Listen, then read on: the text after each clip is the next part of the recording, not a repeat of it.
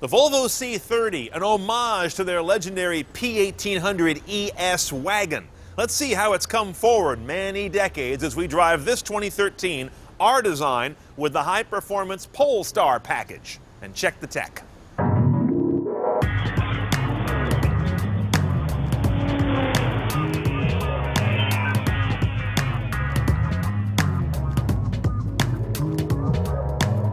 Okay, here's the defining feature of a C30. It's got this all-glass liftgate hatchback that is very much like that P1800 ES I mentioned.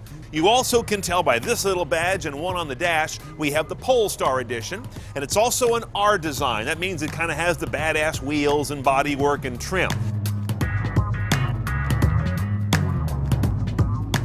Okay, first things first, if you're around 6'2" or certainly any taller, you can just go click out and look at some other video. You are never going to buy this car. It's cramped inside. I'm 6'2", and I can't begin to get enough legroom. The seat doesn't go back any further, nor does it go down any lower.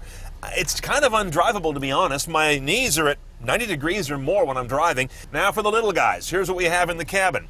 Volvo's got this very Spartan design, which I normally like, but when they execute it at a lower price point like this, it starts to look a little cheap. Huge expanses of featureless molded plastic over here, and it just isn't quite rich. Now let's get to substantial issues. This is the head unit. You will not get an LCD infotainment unit in a C30. This used to be kind of cutesy, retro, Spartan, lean, sort of, not anymore. Now it just annoys me. It doesn't show me enough in the right way. Which isn't to say we don't have a GPS nav map screen, but where is it? Well, if I pull out this wireless remote and aim it at this little bump sticking up on the dash, peeky-boo, here comes our little friend. We've seen this before on Volvos. A few years ago, it was kind of a decent bridge technology. Now I just hate it. It's very slow because it's DVD-based. The resolution is not great. As you can see, you can really pick out the lines in the LCD panel. You operate it either through the wireless remote that I just used to pop it up, which I find to be very odd while I'm driving, or you've got this little controller behind the wheel which has a little jog stick and a back and an enter button. Now, in terms of media sources, we do much better. You've got basically all the modern inputs that you want on this vehicle. AM and FM and HD radio enabled on those. Satellite radio is an option. Under the mode here, you've got your other stuff. Single slot CD up there, standard aux, USB works for thumb drives and iPod, and as you can see, we've also got Bluetooth streaming on this guy, also standard with hands-free calling. A few other cabin ergonomic things on the Volvo are strange. This is the key. This sharp, weird little thing sticking out, you don't need to use because there's a puck you can put in here and it wirelessly authorizes from the key fob. So why doesn't that thing ever retract? This is a little Volvo thing back here, the storage hidden behind the control panel. It's kind of a signature, but it's not a signature I like because I don't like putting things where I can never see them again. That doesn't really work for me, nor does this upholstery. Just a matter of taste, but this kind of cream color with a hint of seafoam green makes me feel seafoam green. Luckily, it's optional. You can just go to black on black as well.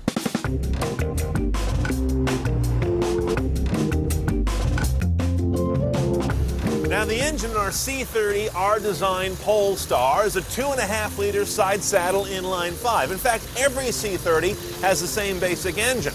What happens is you get 227 horse and 236 foot-pounds of torque. Add the Polestar software and the horsepower goes to 250 and the torque to 273. That's a big jump. It's turbo no matter what. So the Polestar edition is merely software changes. Car weighs about 3,200 pounds, relatively light for a vehicle these days. Delivers 2129 mpg. Not stellar, especially since the car prints fairly small and doesn't weigh a whole lot. 0 to 60 on a Polestar edition is around 5.9. If you didn't have this hot rod version, you'd put on about 2/3 of a second more. Not night and day.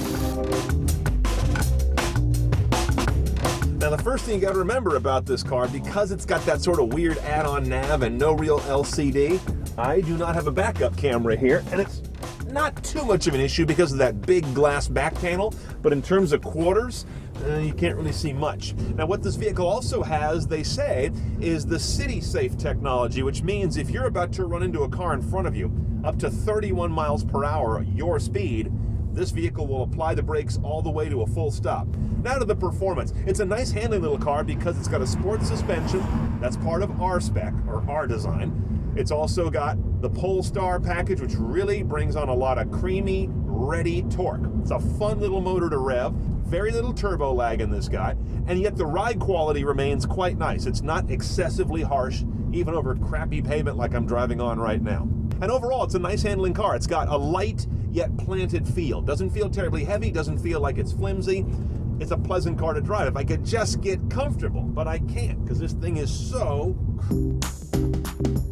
Okay, so let's presume you're under 6 feet tall and you want to buy a C30. Here's how it prices out. About $26,400 is your base for this guy. Add the R-Design package for this cool look, and you're adding $23,500 there.